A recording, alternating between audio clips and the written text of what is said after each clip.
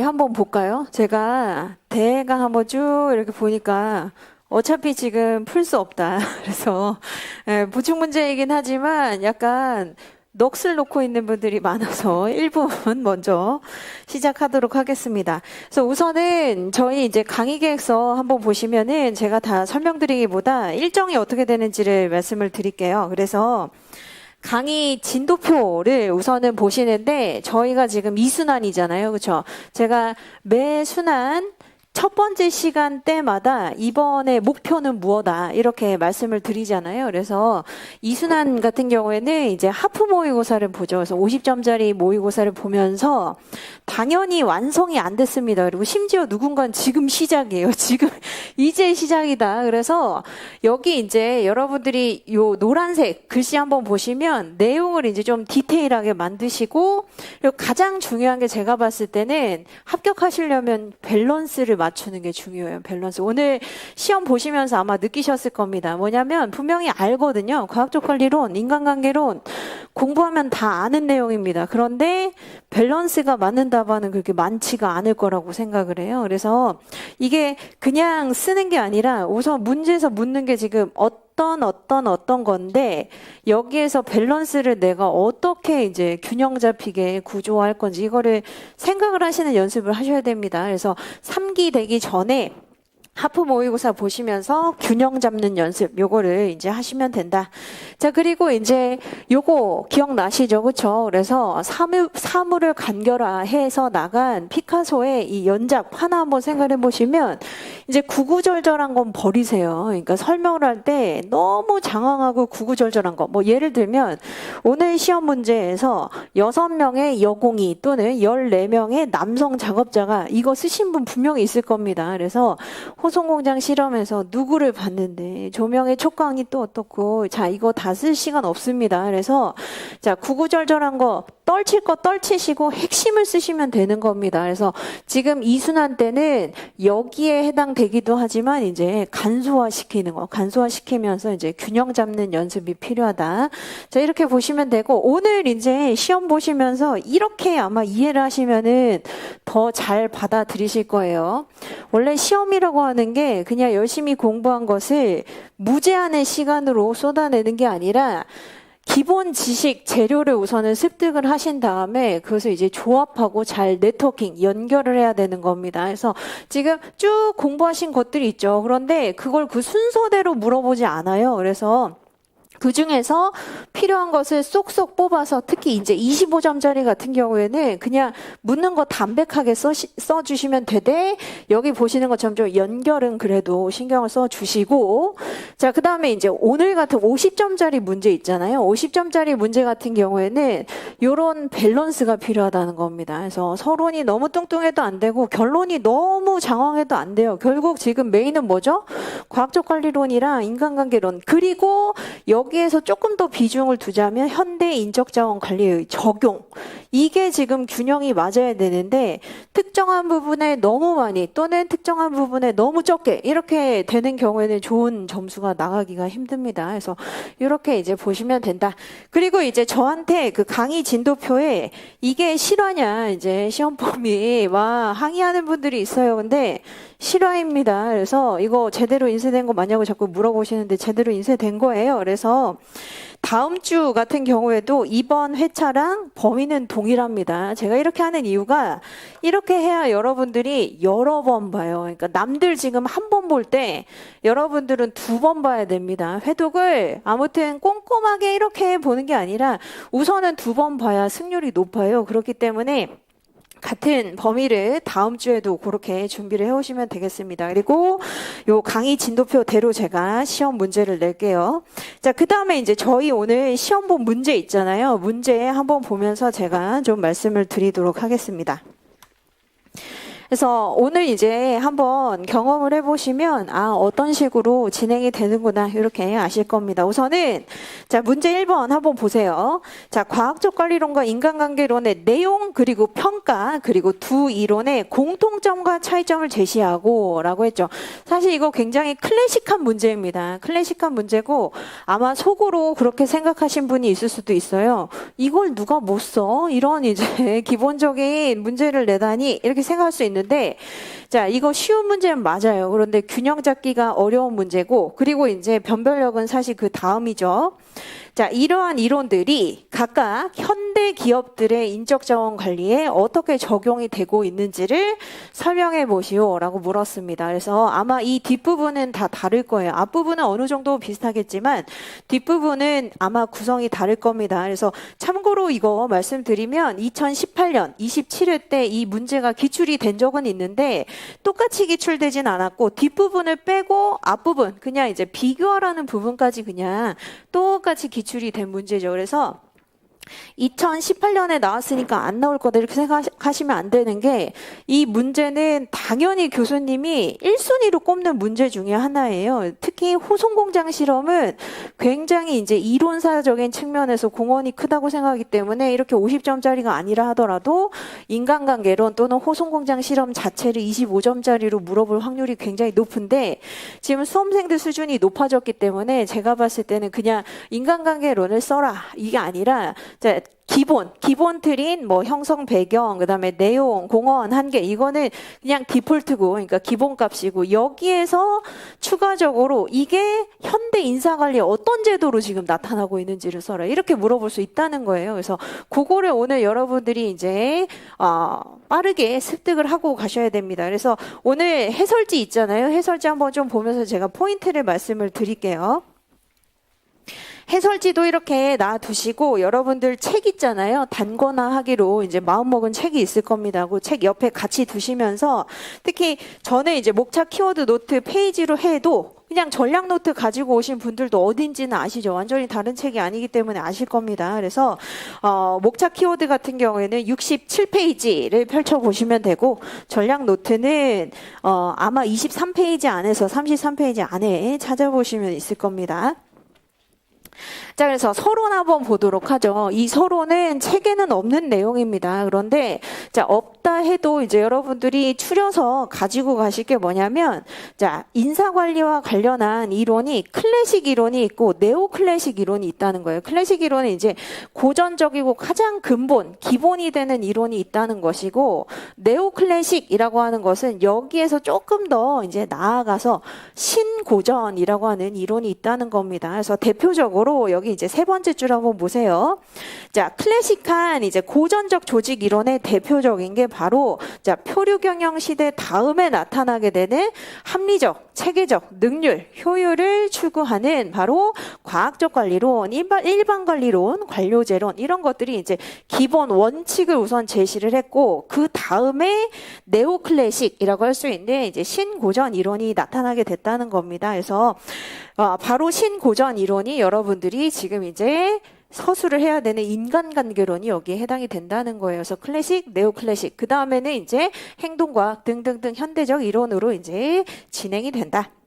자, 그런데 그냥 이게 이렇다로 끝나면 안 되고 두 번째 문단 한번 보세요. 특히 두 번째 줄 한번 보시면 인적자원관리의 구성 요소라고 할 수 있는 게 직무와 사람인데 이 직무와 사람을 어떻게 결합을 시켜줘야 되는가, 어떻게 구성을 해줘야 되는가 이런 것들을 인사관리자의 책무 내지는 역할, 책임이라는 거예요. 그런 측면에서 여러 가지 이론사적인 측면에서 우리가 검토를 해볼 필요가 있다. 이렇게 얘기를 해준다는 겁니다. 그냥 이론이 있다. 이거보다 인사관리자는 인사이트를 가져야 하기 때문에 이론적인 측면에서 한번 접근을 해보자. 클래식이 뭐고 네오클래식이 뭔지. 자, 그래서 여기 이제 로마자 2번 보시면 이거는 책이랑 똑같습니다. 과학적 관리론인데 자, 이게 이제 여러분들이 답안지에서 뭘 추려가셔야 되냐면 대목차를 한번 보세요. 대목차가 이제 조금씩 다르죠. 뭐가 다르죠? 그냥 과학적 관리론 이렇게 쓰는 게 아니라 자, 효율과 능률을 중시하는 또는 효율과 능률을 추구하는 과학적 관리론. 이게 사실은 디테일이라는 겁니다. 그래서 여러분들 답안 보면은 사실 굉장히 급급하죠. 그래서 과학적 관리론 개념, 내용 막 누가 쫓아오는데 그게 아니라 지금 대목차에서 이렇게 얘기를 해주는 게 굉장히 좋은 인상을 줄 수 있어요. 그래서 능률, 효율 이거 외에도 뭐가 가능하죠? 구조적 접근으로서 또는 시스템적 접근으로서 또는 어떠한 이제 체계적인 설계 내지는 합리적인 설계, 원리 원칙을 제시를 한 뭐 이런 것들 다 이제 가능한 내용들입니다. 자, 그래서 형성 배경은 똑같아요. 책이랑 똑같습니다. 여기에 이제 여러분들이 뭐 생각을 해주시면 되냐면 표류 경영의 시대가 있었었다. 그래서 주먹구구식의 경영 관리에서 벗어나서 그 다음에 이제 테일러가 주장을 하게 되었는데, 자, 이게 이제 2번을 한번 보시면 2번에 어떻게 되어 있죠? 목차가 엄청 늘어져 있진 않아요. 그 이유가 밸런스 때문입니다. 제가 아까 이제 말씀드린 밸런스. 그래서 문제 한번 같이 보세요. 지금 과학적 관리론 인간관계론의 내용과 평가를 써야 되고 공통점 차이점 써야 되고 현대 기업의 적용 써야 되면 몇 페이지를 여러분들이 이거를 생각을 하셔야 되죠? 한번 우리가 가정을 해보죠. 과학적 관리론이 이제 한 2.5페이지, 그리고 인간관계론이 만약 2.5페이지, 그러면 5페이지죠. 여기에서 두 이론의 공통점, 차이점을 아마 1페이지는 쓸 겁니다. 그리고 현대 기업들의 적용, 이것도 1페이지는 쓸 거예요. 이렇게 하면 한 7페이지 나오겠죠. 괜찮은 이제 분량이에요. 그런데 이렇게 2페이지 반 정도에 쓰시려면 지금 내용을 굉장히 장황하게 쓰시면은 분명히 뒤가 이제 굉장히 그냥 밀리면서 끝나게 되죠. 그렇죠? 그래서 요거 이제 여러분들이 연습하셔야 되는 거예요. 뭐냐면 문제를 보고 그냥 막 써내려가는 게 아니라 과학적 과업 관리부터 지금 4번째 나와 있는 기능적 감독자 제도까지 이거는 압축을 해야 되는구나. 그렇죠? 그래서 압축해서 이제 써 주시면 되는 겁니다. 책에 그대로 있는 내용인데 다만 그냥 이제 너무 터치하듯이 이거 있다 이게 아니라 간헐적으로 설명을 해 주셔야 되고, 제가 이제 좀 팁을 드리면 여러분들이 짧게 임팩트 있게 압축적으로 쓸 수 있는 방식 중에 하나가 뭐냐면 꾸미는 것을 앞에서 하는 거예요. 예를 들면 자, 여기 동그라미 1번에 과학적 과업관리라고 나와 있죠. 과학적 과업관리가 무엇인지 블라블라블라 이렇게 서술을 해주는 것보다는 여기 보시는 것처럼 아담 스미스의 분업의 원리를 재효용, 즉 다시 한번 확인을 했었던 과학적 과업 관리에서는 이런 식으로 서술을 하시고 넘어가시는 것도 꽤 괜찮은 방법이라는 겁니다. 그래서 우선은 그것은 이제 기술적인 부분이고 내용을 한번 보도록 하죠. 자, 테일러는 그래서 이제 뭘 주장했죠? 분업의 원리가 맞다. 그렇죠? 효용성이 맞다. 확인을 한번 다시 해줬다는 겁니다. 그것을 어디에 적용하자? 과업 관리 내지는 직무 관리에 적용을 하자는 겁니다. 좀 더 구체적으로 얘기한다면 직무 설계에 이제 활용을 하자는 것이죠.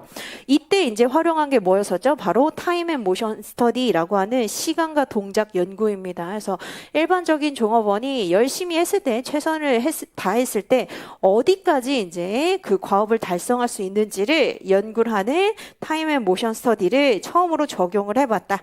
자, 뿐만 아니라 여기 동그라미 2번 보시면 이제 선발과 훈련에 있어서 기존의 주먹구구식 방식을 버리고 자, 인간공학적인 직무 설계뿐만 아니라 선발 훈련의 기법을 도입해야 된다라고 얘기를 했었고, 자, 그다음에 3번 한번 보시면 차등 성과급제입니다. 이거는 이제 동기부여를 위한 보상 관리였잖아요. 그렇죠? 그래서 자, 임료를 아예 다르게 적용을 해주자 이렇게 얘기를 합니다. 뿐만 아니라 마지막에 기능적 감독자 제도라고 해서 감독자나 관리자도 마찬가지 그 역할이나 과업 배분을 아예 다르게 줘야 된다. 그래서 전문 관리자냐 아니면 그냥 일반 관리자냐 구분을 두어야 한다. 이것도 분업의 원리를 다시 한번 적용을 해봤다는 겁니다. 자, 그 다음에 이제 공원 그리고 한계 이 부분은 여러분들이 아실 거라고 생각을 해요. 그래서 제가 말씀드리진 않겠습니다. 자, 다만 비판의 다음 페이지 한번 보시면 이거를 이제 병렬적으로 좀 얘기를 해주시는 게 좋겠죠. 그래서 뒤에 우리가 어차피 인간관계론을 설명을 할 것이기 때문에 여기 뭐 예를 들면 비판점 한번 보시면 첫 번째 줄 마지막 부분에 노동 소외가 발생할 수 있다. 너무 단순 반복적인 일을 반복하게 되면 소외, 이거 굉장히 고급 단어잖아요. 그렇죠? 그래서 자, 고립감을 느낄 수 있다. 그리고 즐거움을 느끼지 못할 수 있다. 이거 하나 포인트로 잡아주시면 나중에 인간관계론에서 이게 공헌에 이제 오히려 병렬적으로 대칭이 될 수 있는 부분이죠. 자, 뿐만 아니라 너무 사람에 대한 내용 없이 지금 조직 구조에 대해서만 얘기를 하고 있잖아요. 그렇죠? 그래서 인간 없는 조직. 자, 이거는 나중에 인간관계론에서 조직 없는 인간. 이렇게 우리가 대칭시킬 수 있는 겁니다. 그래서 이렇게 이제 봐두시면 되겠다. 자, 그 다음에 이제 로마자 3번도 한번 보시면 어떠죠? 대목자가 다르죠. 그렇죠? 책이랑 다릅니다. 그래서 사회 심리적인 요건을 중시하는, 또는 여기 들어올 수 있는 게 뭐가 있죠?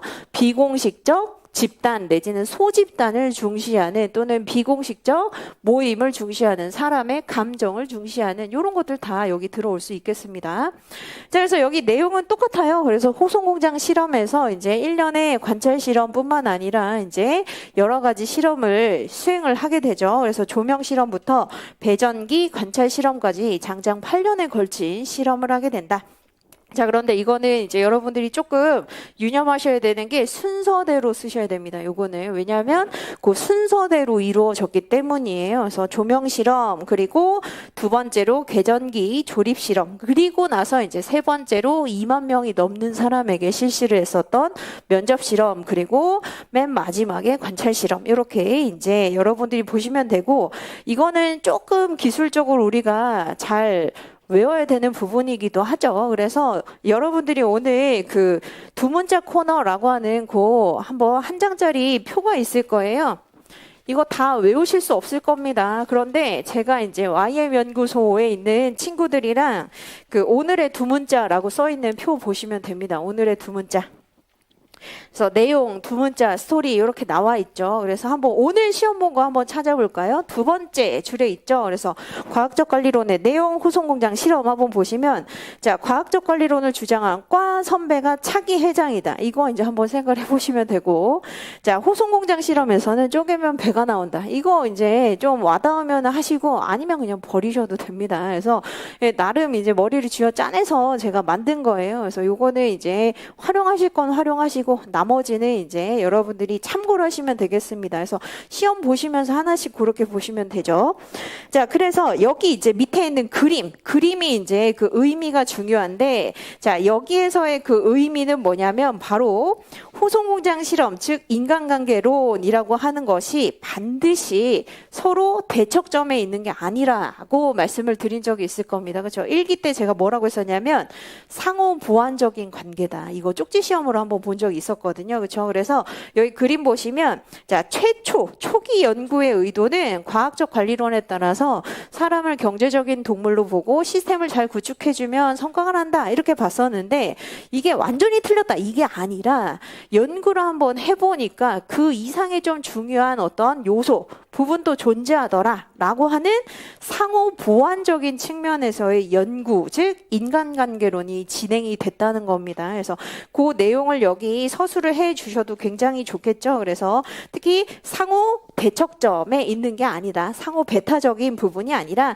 상호 보완적인 관계로서 이제 우리가 정리를 해볼 수 있다. 이렇게 보시면 되겠습니다. 그래서 여기에서 이제 여러분들이 하나 또 얻어가셔야 되는 게 뭐냐면, 모든 이론이나 모든 연구는 장점이나 단점만 존재하진 않아요. 서로 이제 보완이 가능합니다. 그래서 당연히 평가 관리에서도 바스나 MBO 같은 경우에는 과정 지향이냐 아니면 결과 지향이냐 이런 거 다 상호 보완적인 평가 방식이잖아요. 그렇죠? 그래서 이런 상호 보완이라고 하는 요 키워드 잘 활용을 해 보시면 아주 좋고, 자, 평가에 있어서 공헌 한 개 똑같습니다. 아까 소외 문제 해결할 수 있다 뿐만 아니라 인간 행동에 대한 설명이 부족하다라고 얘기를 했었던 과학적 관리론과 다르게 인간 행동에 대한 이제 설명이 더 풍부하다. 그렇죠? 자, 그런데 한계점에 이제 한번 보세요. 3페이지 한번 보시면 비판점 같은 경우에 뭐가 있죠? 반대로 이제 조직 없는 인간이다. 그다음에 슈거 매니지먼트, 사탕 발림, 그냥 이제 좋은 소리, 그리고 인정받을 수 있는 것들, 이런 것들만 치부해 버릴 수 있다는 점뿐만 아니라, 자, 여기에서 사실 여러분들이 공부한 티를 팍 낼 수 있는 게 뭐죠? 바로 젖소 사회학입니다. 그렇죠? 그래서 자, 굉장히 구성원들을 많이 배려하는 것처럼 보이지만 그 표면적인 측면에는 결국은 그게 아니라 생산성을 극대화하기 위한 굉장히 냉정한 계산이 숨어 있다. 이렇게 볼 수 있다는 거죠. 그렇죠? 그래서 이런 것들 이제 챙겨 주시면 되고, 자, 그다음에 이제 비교점에 있어서 공통점, 차이점 이렇게 나와 있잖아요. 사실 차이점을 묻는 문제가 여러분들이 가장 짜증나는 문제이지만 교수님들 입장에서는 이 사람이 특정한 이론을 정말 정확하게 파악하고 있는지를 알아볼 수 있는 문제가 차이점 문제입니다. 그래서 공통점은 우선은 이론이죠. 이론이기도 하고 1910년대 그리고 1930년대 진행이 됐었고, 그리고 이제 또 어떤 게 공통점이라고 할 수 있냐면 결국 조직의 성과를 도출하기 위한 여러 가지 이제 이론적인 기반 내지는 접근이라고 할 수 있다. 자, 그런데 차이점은 여러 가지가 있습니다. 능률간, 인간간 뿐만 아니라 동기부여 방식 지금 다 다르죠. 기계적이냐, 그리고 과학적이냐, 그리고 여기 보시는 경제적인 유인을 중시하느냐, 아니면 자, 사회 심리적이거나 아니면 감정적이거나 태도적인 부분이거나 상호작용을 좀 더 중시하느냐, 이런 것들이 이제 차이가 난다고 볼 수 있겠습니다. 다만 제가 요거는 6개 정도를 이제 여러분들 책에 보시면 표로 나와 있잖아요. 표 쓰시면 안 되고 요런 식으로 쓰셔야 된다는 겁니다. 그래서 책에 나와 있는 표, 즉 69페이지에 지금 이제 목차 키워드 노트에 과학적 관리론과 인간관계론의 비교, 요 표는 그리시면 안 되고 이런 식으로 이제 설명을 해주시면 돼. 자, 이거는 말씀드릴게요. 지금까지 항상 교수님이 비교해라, 차이점을 서술해봐라 라고 했을 때 점수가 유난히 높은 분들의 그 공통점이 목차를 잡아서 썼다는 거예요. 그래서 웬만하면 목차 잡아서 이렇게 써주시는 게 좋겠습니다. 물론 시간이 없으면 어쩔 수 없죠. 자, 그 다음에 이제 차별화되는 파트가 바로 4페이지입니다. 그래서 이게 이제 여러분들이 제가 보니까 시험 뭐 감독을 하는 건 아니지만 거의 이제 다 돼서 오니까 점점 속도가 느려지면서 뭘 써야 될지 계속 머리로 생각을 하지만 이제 펜이 안 나가는 그런 영역이었었죠. 그래서 한번 보세요. 자, 과학적 관리론 그리고 인간관계론의 적용인데 아무래도 50점짜리니까 좀 내용을 풍성하게 얘기를 해주는 게 좋겠죠. 그래서 여기 목차 구조로 한번 보시면 1번 같은 경우에는 주요한 특징을 얘기를 해준 거고, 즉 쌍가로 1번은 주요한 특징을 얘기를 해준 거고, 그 다음에 쌍가로 2번은 실제 인적 자원 관리 제도 내지는 기능으로 어떻게 지금 도입이 되고 있는지를 똑같은 형식으로 얘기를 해준 겁니다. 그 다음에 3번을 보시면 실제 사례, 우리가 들어본 기업 이름이라든지 아니면 적용 사례, 이런 것들을 얘기를 해준 것이죠. 자, 그래서 쌍가로 2번 한번 보세요. 과학적 관리론, 이거 이제 제가 설명을 드린 적은 있었는데 아마 잘 기억이 안 나고, 그리고 생각을 좀 해보셔야 되는 겁니다.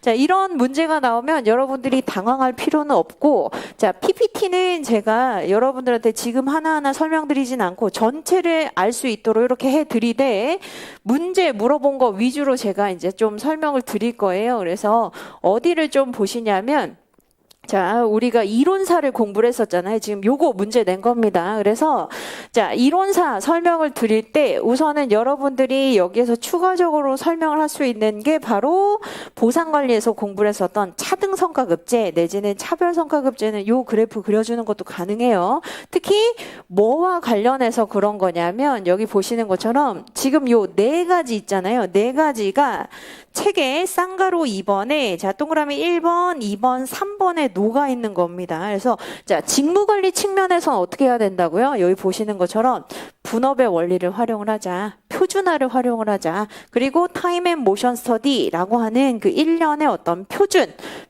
틀 내지는 기준이나 원칙을 활용을 해서 직무관리 내지는 직무 설계를 하자라고 하는 게 동그라미 1번에 나와 있는 겁니다.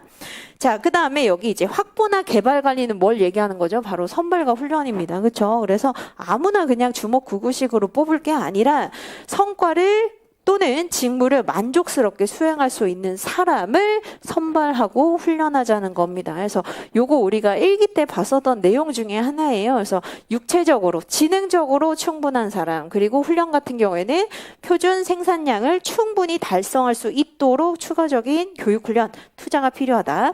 자, 그 다음에 여기 이제 3번이 바로 보상 관리에 있어서 제가 아까 말씀드린 그 요 차등성과급 제도, 요 그래프 여기에 그려줄 수 있다는 겁니다. 자, 뿐만 아니라 네 번째가 뭐였었죠? 기능적 감독자 제도. 감독자 내지는 관리자도 분업을 시키자라고 얘기를 하는 것은 어떻게 보면 직무 관리 내지는 직무 설계에서, 즉 동그라미 1번에서 똑같이 얘기해 줄 수 있는 부분입니다. 그래서 이렇게 모았어요.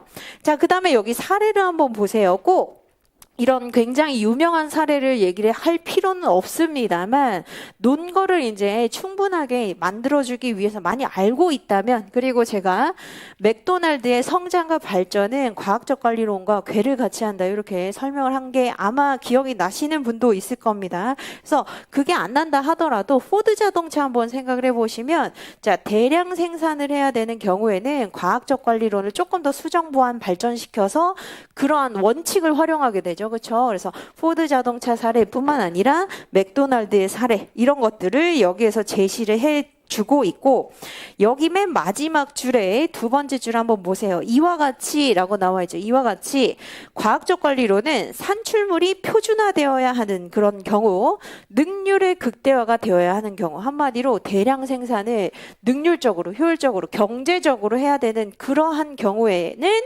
기본 원리 원칙을 제시하고 있다는 겁니다. 그래서 이게 이제 나쁜 것은 아니다. 1년에 어떤 제조 공장이나 아니면 효율적인 운영을 위해서는 근본 원리로 적용이 되고 있다. 자, 그 다음에 인간관계론이 아마 여러분들이 생각할 때 좀 까다로웠을 겁니다. 그래서 쌍가로 2번 한번 보세요.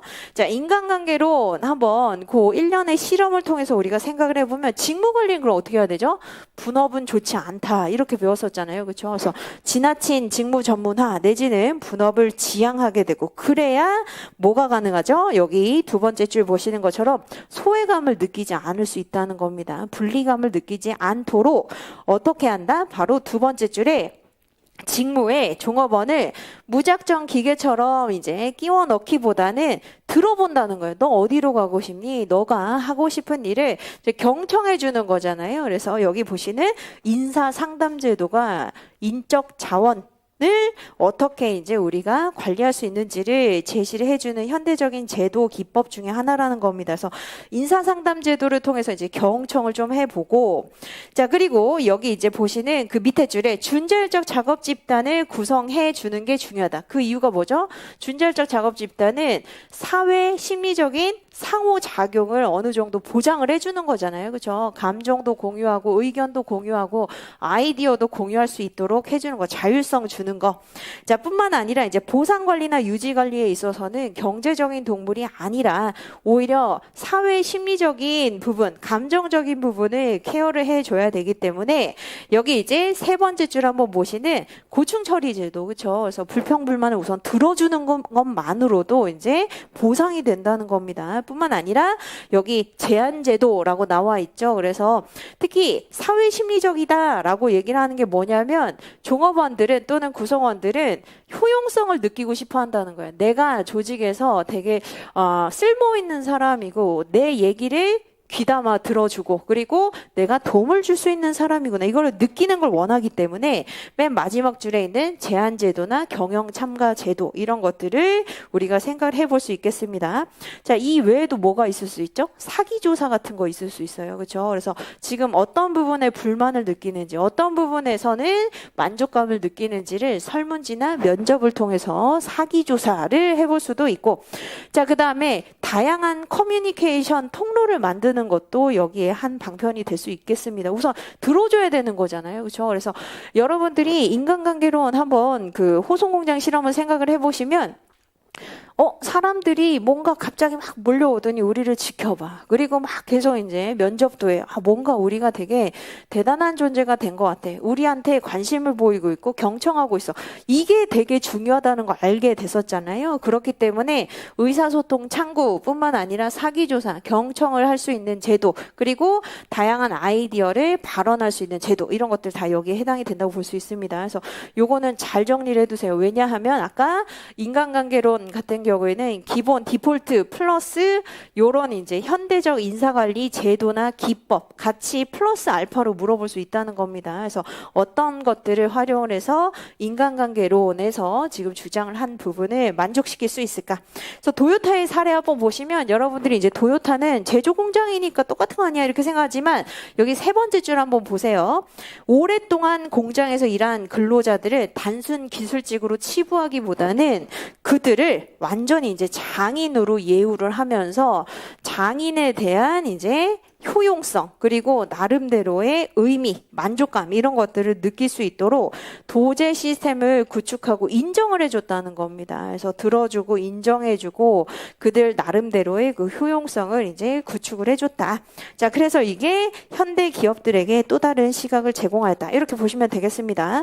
자, 그리고 이제 마지막에 만일 여러분들이 그 시간이 조금이라도 남아있다면 최근에 이제 4차 산업혁명 시대가 오고 있잖아요. 그렇죠? 그래서 기술이 사람을 대체한다. 이런 논의가 빈번해지고 있다. 이거 두 번째 문단 보시면 결국 기계가 사람을 대체한다라고 하는데 너무 과학적 관리론 아니면 너무 인간관계론 이렇게 치우치기보다는 둘 다 고려하는 측면에서 즉 사회 기술 시스템 이론의 측면에서 기술과 사람 모두를 추구해야 될 것이다. 이렇게 정리하시면 되겠습니다. 자, 이게 이제 여러분들의 그 문제에서 물어보는 부분이고 다음 페이지 한번 보시면 다른 문제 유형에 대한 연습이라고 되어 있잖아요. 당연히 과학적 관리론, 인간관계론은 25점짜리로 물어볼 수 있습니다. 아예 그냥 분절시켜가지고 그 내용 그리고 공원 한 개 써라 라고 물어볼 수 있어요. 그래서 항상 여러분들은 이제 2기 때부터 시뮬레이션을 좀 하셔야 되는데 자, 여기에서 사실 끝낼 게 아니라 우리가 이렇게 문제를 지금 풀어봤기 때문에 과학적 관리론을 물어봤을 때 그냥 여기서 이렇게 끝내기보다 뭘 더 우리가 좀 서술해 볼 수가 있을까요? 과학적 관리론 그냥 열심히 쓰고 끝 이게 아니라 시간이 조금이라도 남는다. 그러면 당연히 사회기술 시스템 이론 또는 지금 제가 말씀드린 4차 산업혁명으로 인해서 결국 기계, 기술이 사람을 대체한다라고 하는 논의가 있는데 자, 그런 측면에서 과학적 관리론은 사람을 생산의 한 요소로 보면서 기계처럼 다루잖아요.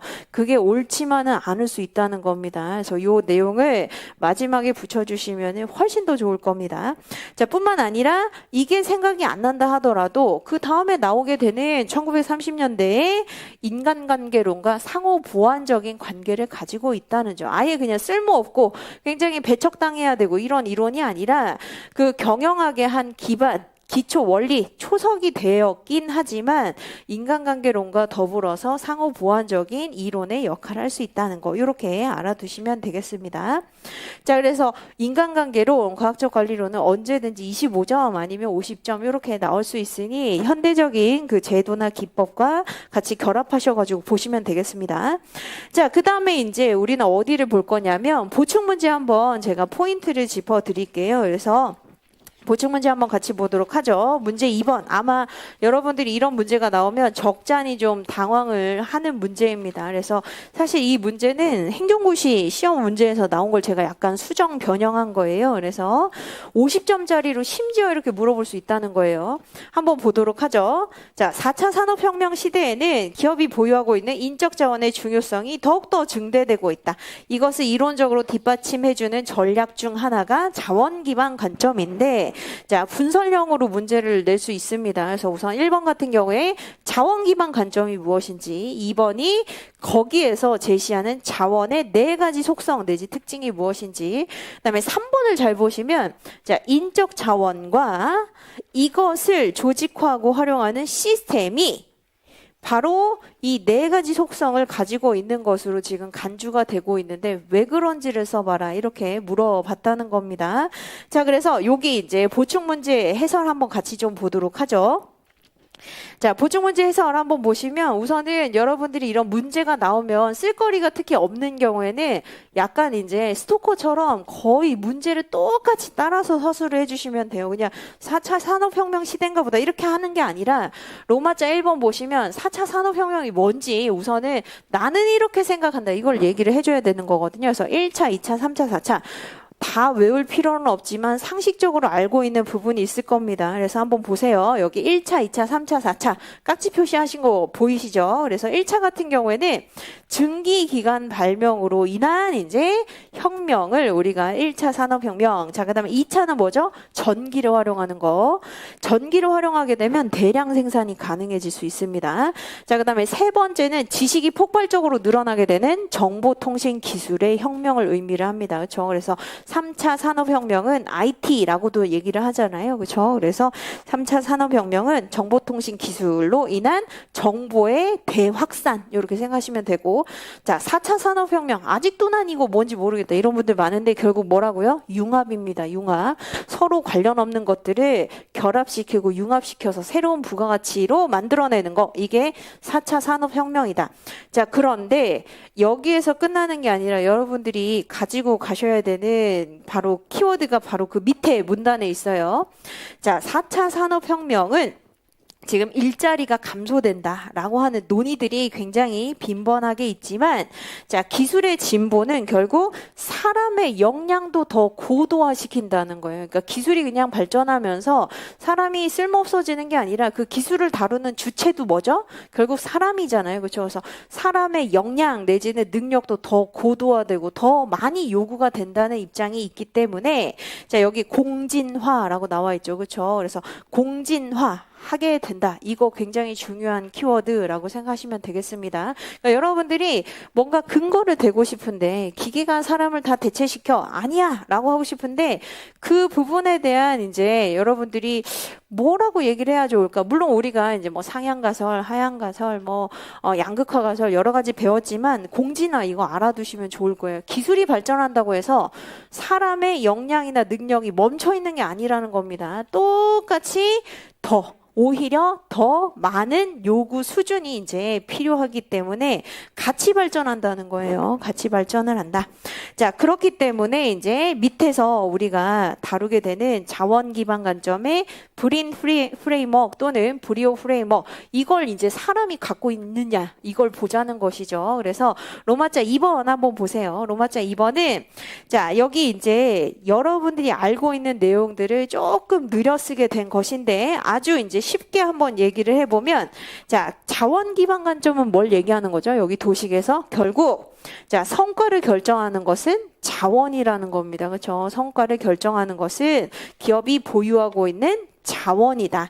자, 그런데 그 자원이 어떻다? 차이가 있다는 거예요. 그죠? 동질적이지 않고 이동이 쉽지 않다. 자, 이거 누가 얘기를 했죠? 바로 제이바니가 얘기를 한 겁니다. 그래서 그 모형 한번 생각을 해보시면, 자, 모형은 어디 나와 있죠? 여러분들이 인적 자원의 중요성 요걸 보는 그 모형 나와 있는 거 아시죠? 그래서 자, 기업이 보유하고 있는 자원에 있어서 차이도 있고 이동이 쉽지 않기 때문에 차별적 경쟁 우위의 요소로서 작용할 수 있는 것이고, 그런 측면에서 자, 그 전에는 누가 이제 주장을 했었죠? 마이클 유진 포터 같은 경우에는 외부의 산업 구조나 환경이 결국은 이제 성과를 결정한다라고 했었는데 시야를 완전히 다르게 한 거잖아요. 그렇죠? 그래서 그 내용을 여기 개요에서 설명을 해준 겁니다. 그래서 기존에 봐서던 마이클 포터나 전략 경영학자들의 관점과 다르게 외부 분석만으로 이제 우리가 보는 게 아니라 내부 자원, 내부 역량이 중요한 것이다.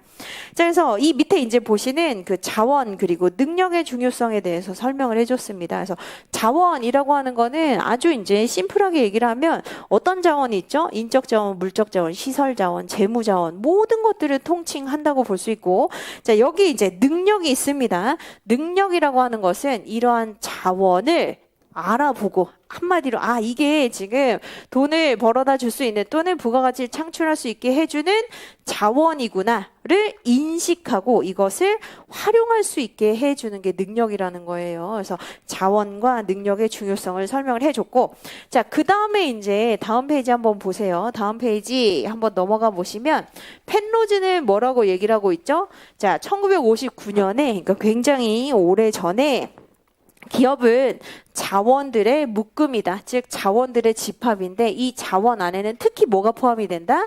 지식이라고 하는 게 포함이 된다는 거예요. 근데 지식 누가 가지고 있죠? 사람이 가지고 있잖아요. 그렇죠? 그래서 그 밑에 이제 자원 기반 관점의 중요한 가정으로 이제 넘어가는 겁니다. 사람은 특히 어떠한 특성을 가지고 있다? 이질적이고 즉 똑같지가 않고 차이가 있고 이동이 쉽지가 않기 때문에 그래서 경쟁력을 유지할 수 있다. 이렇게 볼 수 있다는 겁니다. 자, 그 다음에 이제 밑에 로마자 한번 보시면 그 네 가지 속성 뭔지 아시죠? 그렇죠? 그래서 그 네 가지 어떻게 해야 되죠? 목차 잡아서 써 주셔야 되겠죠. 그래서 9페이지 한번 보시면 우선 valuable이라고 나와 있습니다. value라고 쓰셔도 돼요. 그래서 가치가 있는지라고 나와 있죠. 그래서 외부 기회, 위협 그리고 강점, 약점을 판단을 해 봤을 때 만일 여기 첫 번째 줄 한번 보세요. 기업의 특정 자원이나 능력이 외부의 그러한 여러 가지 요소들을 이제 제대로 활용할 수 있게 해주느냐? 라고 물었을 때 그렇다라면은 이제 밸류가 있다는 겁니다. 이걸 좀 더 쉬운 말로 어떻게 표현할 수 있죠? 부가가치를 창출하는 데 도움을 주느냐? 그러면 밸류가 있다. 이렇게 우리가 얘기를 한다는 겁니다. 자, 그다음에 두 번째 희소성이 있는지를 여기 두 번째 목차로 잡았죠. 그렇죠? 그래서 희소성은 흔하지 않아야 된다는 거예요. 다른 경쟁 업체, 경쟁 기업들이 가지고 있지 않아야 된다는 겁니다. 자, 그다음에 세 번째 모방 불가능성이 있는지라고 지금 세 번째 목차로 잡아두었죠. 그래서 모방 불가능이라고 하는 건 제가 뭐라고 설명을 드렸었냐면 베낄 수 없다는 겁니다. 그렇죠? 베낄 수 없다라고 할 때 우리가 모방 불가능성이 있다. 자, 그 다음에 네 번째 대체될 수 없는지 즉 non-substitutable이라고 하는 것은 뭘 얘기를 하는 거죠? 대신할 수 있는 어떤 자원이나 능력 또는 존재가 없을 때 이렇게 얘기를 하는 겁니다. 자, 그래서 결국 이 네 가지 특성을 한번 밑에 그림으로 한번 보세요.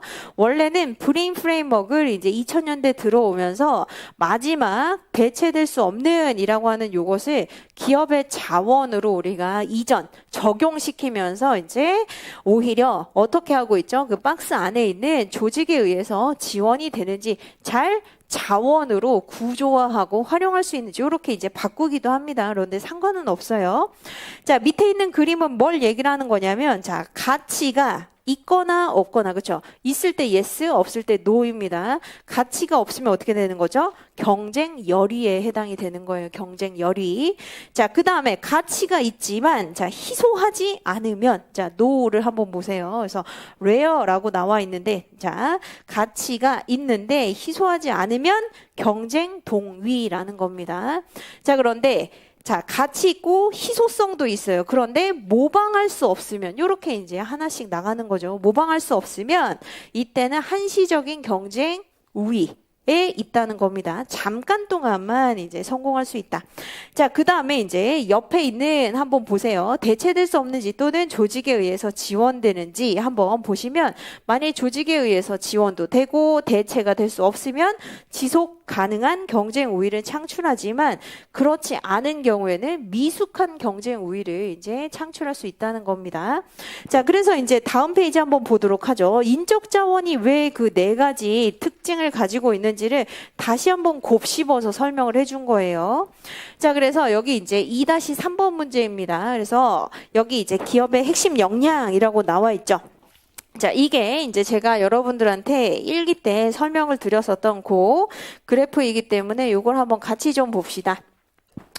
자, 여기 이제 보시면 이게 제2반위의 프레임워크이라고 나와 있죠. 그래서 결국 요게 이제 여러분들 책에 나와 있는 그 바로 모형인데 자, 맨 마지막에 나와 있는 그 종속 변수를 한번 보시면 자, 지속 가능한 경쟁 우위라고 하는 것은 장기간 실적을 유지할 수 있는 힘을 우리가 지속 가능한 경쟁 우위라고 얘기를 하는 것이고 지금 요 네 가지 특징을 살펴본 다음에 사람이 과연 가치가 있고 희소하고 그리고 모방 불가능하고 대체될 수 없는지 요걸 이제 보자는 겁니다.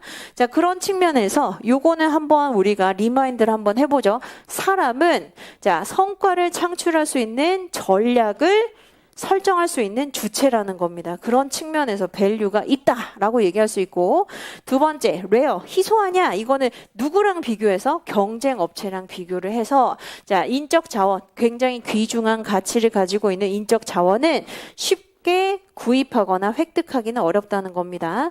자, 그다음에 세 번째, 모방 불가능이라고 나와 있죠. 자, 모방 불가능한 것은 여러 가지 이제 세 가지 정도로 우리가 나누어 볼 수 있을 겁니다. 그래서 어떻게 보면 이제 역사적인 경험치가 다르고 첫 번째, 그리고 두 번째로 왜 성공했는지에 대한 그 인과관계가 애매하다는 거예요. 뿐만 아니라 각종 사회적인 관계 관리가 존재하기 때문에 규명하기가 어렵다는 겁니다. 자, 그다음에 맨 마지막에 이제 보시는 대체 불가능성이라고 하는 것은 대신할 수 있는 그런 자원이 존재하지 않는다는 겁니다. 그래서 다양한 기술, 제품에 의해서 쉽게 대신할 수 있지 않기 때문에 이제 바로 사람이, 인적 자원이 그러한 네 가지 특징을 가지고 있다. 이렇게 이제 규명을 할 수 있겠습니다.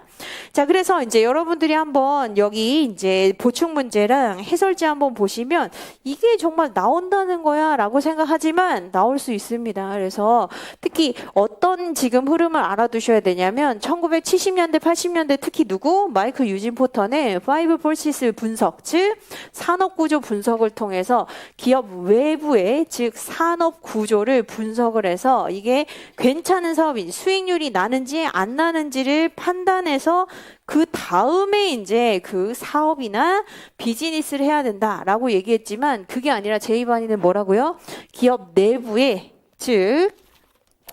내부에 요런 네 가지 특징을 가지고 있는 자원이 있는지, 그리고 이 자원을 인식하고 파악을 하고 그리고 이것을 구조화하면서 활용을 할 수 있는지 이것을 알아내는 게 중요하다고 얘기를 하죠. 그래서 여기 이제 요거까지 여러분들이 생각을 해보시면 되겠습니다. 자, 요 네 가지 자원을 우리가 또 다른 학자들은 뭐라고 부른다고요? 핵심 역량 또는 전략적 자산 또는 동적 역량, 굉장히 다양하게 부르고 있다. 그런데 인적 자원은 바로 이러한 자산, 역량, 동적 역량이라고 할 수 있다. 이렇게 마무리하시면 되겠습니다.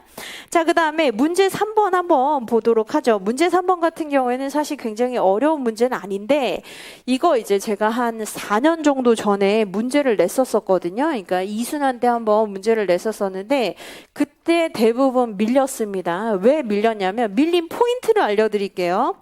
자, 직무 설계에 있어서 기계적 접근, 동기부여적 접근 방식의 직무 설계에 대해서 의, 이론적 배경, 방향, 장단점을 논하시오라고 했는데, 자, 기계적 접근이라고 하는 건 뭐죠? 사람을 기계처럼 보면서 생산의 요소로 치부하는 게 바로 여기에 해당이 되는 바로 분업 내지는 직무 전문화를 얘기를 하는 것이고, 자, 동기부여적 접근이라고 하는 건 뭐죠? 좀 더 재미있고 보람, 그리고 의미, 책임감을 느낄 수 있도록 직무를 구성해 주는 게 여기에 해당이 되는데, 자, 여기 특히 해설지 한번 보세요. 12페이지는 넘어가셔도 됩니다. 그런데 13페이지에 로마자 3번을 한번 보시면 이게 이제 브릿지 역할을 하는 거예요. 브릿지 역할을 하는 것인데, 자, 여기서 다 쓰려고 하다가 다 밀린다는 겁니다. 특히 뭐 영향 이론을 한번 생각을 해보시면 사실 허츠버그 이론, 헤크만 이론, 사회기술 시스템 이론 외에도 뭐가 있죠? 노동의 인간화도 있고 아지리스의 성숙, 미성숙 이론도 있는데 그거 다 쓰다가는 결국은 완성 못합니다. 그래서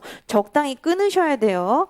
자, 그 다음에 이제 다음 페이지 한번 보시면, 자, 동기부여 적 접근 방식의 직무 설계라고 해서, 자, 직무 확대화의 개념, 이론적인 배경으로 한 3가지 정도, 또는 시간 없으시면 여기에서 지금 특정한 게 아니기 때문에 한 2가지 정도만 탁탁 끊으시고 그 다음에 15페이지에 요것도 이제 잘 보세요. 직무 설계의 방향 내지는 직무 확대화의 방향이라고 하는 게 이 5가지 다 써야 됩니다. 즉 직무 확대, 직무 충실, 직무 교차, 직무 순환, 준절적 작업 집단 다 써야 되는데, 자, 이거 장단점 다 쓰면 어떻게 되죠? 결국은 완성을 또 못하고 밸런스가 무너지겠죠. 그렇죠? 그래서 여기 보시는 것처럼 요런 이제 문제 같은 경우에는 기계적 접근, 동기부여적 접근, 그리고 이론적인 배경에 다 쓰려고 하시면 안 됩니다. 그래서 밸런스를 맞추는 게 중요해요. 그래서 기계적 접근 같은 경우에도 적당한 분량, 그리고 동기부여적 접근 같은 경우에도 적당한 분량으로 밸런스 맞추는 게 중요한 문제다. 이렇게 보시면 되겠습니다. 그래서 이 부분은 제가 별도로 설명을 드리지는 않습니다. 그래서 여러분들이 이 부분은 이제 우리가 알고 있는 부분이지만 많이 틀리는 영역이 여기다. 이렇게 알아두시면 되겠습니다. 자, 그리고 이제 저희가 쉬기 전에 이 자료에 대한 설명만 좀 드리고 제가 한번 쉬고 이제 진도 나갈 건데, 여기 수험 방법론이라고 해서 편지처럼 써 있는 자료가 하나 있을 거예요. 그래서 이거 한번 잘 보세요. 좀 재밌는 내용이 있죠. 뭐냐면 여기 동차의 함정 1번 한번 보세요. 동차 같은 경우에는 공부 어떻게 하죠? 다 여러분들 경험이 있을 겁니다. 한 글자 한 글자 하나하나 다 씹어 먹으면서 이제 공부하려고 하다가 오늘 시험 보고 뭘 느끼게 되죠? 어차피 다 쓸 수가 없구나. 자, 이걸 이제 알아서 유예가 됩니다. 자, 유예는 이제 어떻게 되죠? 자, 지름길을 찾아 뭘 외워야 되는지, 뭘 안 외워도 되는지를 저한테 매일 물어보는 분이 있어요. 매일 저한테 이거 안 외워도 되나요?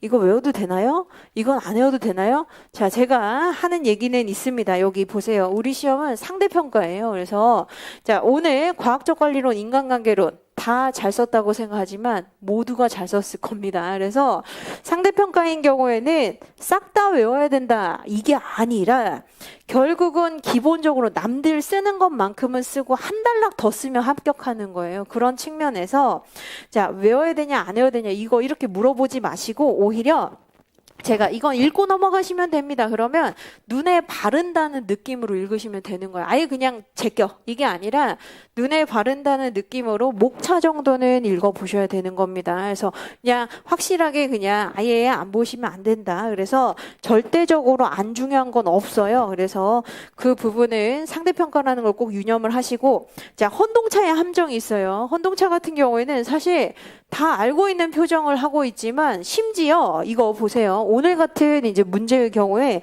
동차생이 더 잘 쓰는 경우도 있습니다. 그래서 그 이유는 알고 있다고 착각하기 때문이에요. 그래서 과학적 관리론 난 다 알고 있는데 근데 오늘 이제 실력이 이제 나오겠죠. 그래서 요 경우에 특히 기본적인 문제, 쉬운 문제 낸다고 해서 막 뭐라고 하지 마세요. 그게 아니라 기본적인 문제는 당연히 교수님도 내고 여기에 플러스 알파 이게 중요한 것이지 기본을 경시하시면 절대 안 됩니다. 그래서 그렇게 이제 하시고 나머지 자료는 그냥 읽어보시면 돼요. 아시겠죠? 그래서 제가 YM연구소에 있는 친구들한테 이번 2기 때 어떤 시행착오를 했는지 한번 써달라라고 해가지고 그 뒤에 이제 A, B, C 이렇게 있으니까 요거는 집에 가셔가지고 읽어보시면 되겠습니다. 그리고 이슈 총정리라고 하는 한 장짜리 자료가 있을 거예요. 요거는 제가 여러분들이 이슈 관리 진짜 너무 싫어하거든요. 그래서 극혐이야 막 이렇게 생각하는데 자, 이슈 관리는 외우는 거 아닙니다. 그래서 자, 외워야 되는 약간 일반론이 있고 뒤에 뭐 학계평 부유의 이거 논리만 맞으면 되는 거예요. 그래서 요 한 장짜리는 그냥 책에 껴가지고 다니시면서 그냥 눈에 바른다 이런 느낌으로 읽어보시면 되는 겁니다. 아시겠죠? 그래서 요건 제가 설명드리지 않고 여러분들이 가지고 다니시면 되는 자료다. 자, 이렇게 보시고 이제 저희는 15분 쉬고 나머지 이제 진도 쭉 한번 나가보도록 하겠습니다.